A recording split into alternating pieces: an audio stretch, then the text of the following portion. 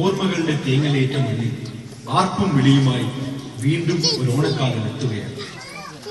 കാലം ഒരു വട്ടം മാത്രം കടം തന്ന എന്റെ കുട്ടിക്കാലം, അമ്മയുടെ ചുവടിനൊത്ത് നൃത്തം പിടിച്ച് നടന്നൊരു കാലം, ആദ്യ പ്രണയത്തിന്റെ നൊമ്പലമുള്ള ഒരു കുട്ടിക്കാലം.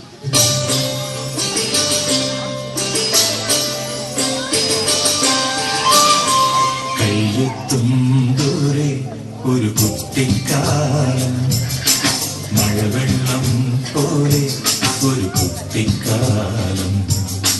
കയ്യെത്തും ദൂരെ ഒരു കുട്ടിക്കാലം, മഴവെള്ളം പോലെ ഒരു കുട്ടിക്കാലം. ഓണക്കോടി എടുക്കാൻ വന്നോളൂ.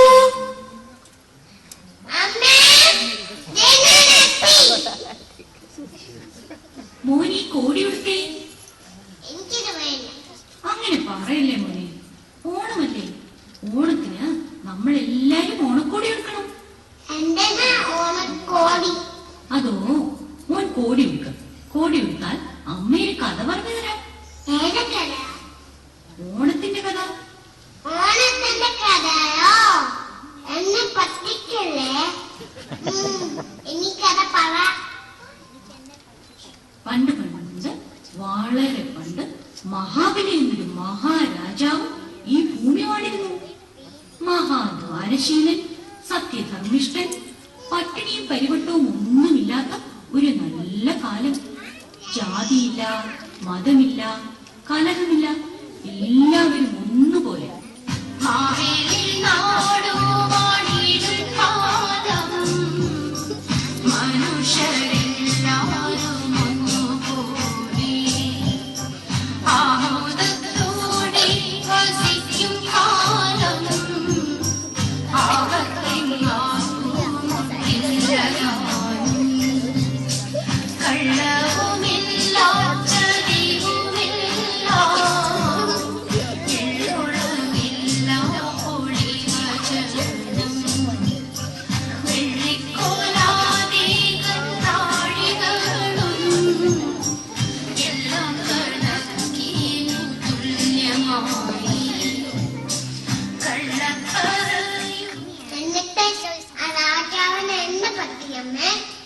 അതോ രാജാവിന്റെയും പ്രജകളുടെയും സമ്പത്തിലും സമൃദ്ധിയിലും അസൂയാലുക്കളായ ദേവന്മാർ സാക്ഷാൽ വിഷ്ണു ഭഗവാനെ ചെന്ന് കണ്ട് സങ്കടം പറഞ്ഞു.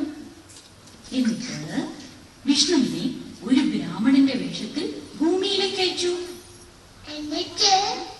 തനിക്കിരുന്ന് പ്രാർത്ഥിക്കാൻ 3 അടി സ്ഥലം വേണമെന്ന് ബ്രാഹ്മണൻ രാജാവിനോട് അപേക്ഷിച്ചു.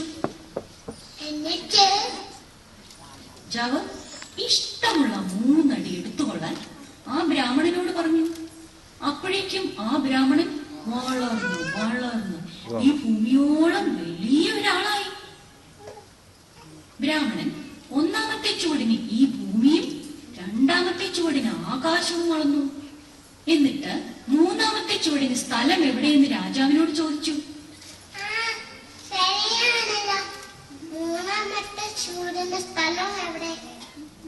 രാജാവിന് ചതി മനസ്സിലായി.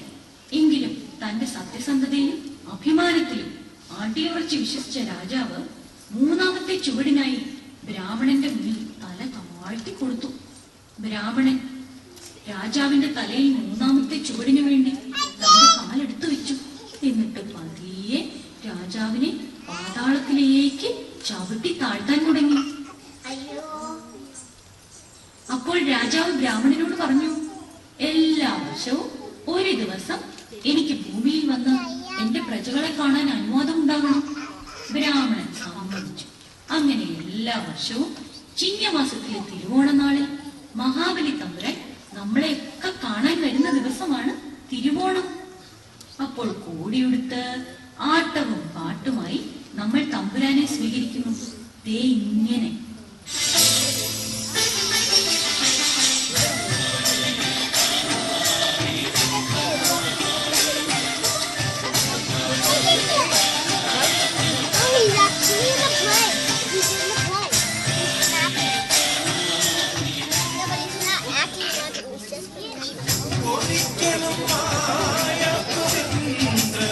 Ready?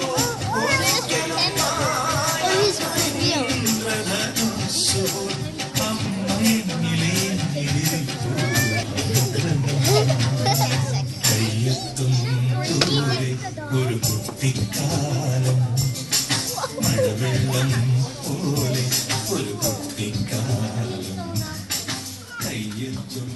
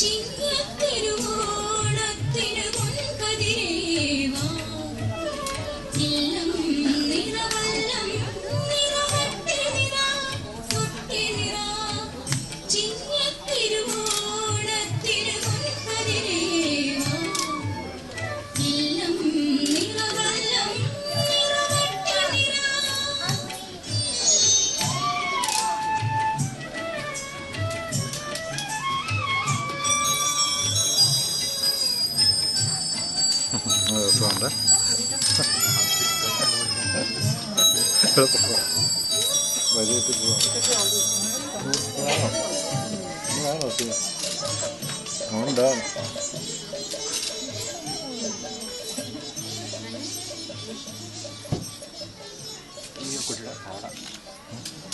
Be careful.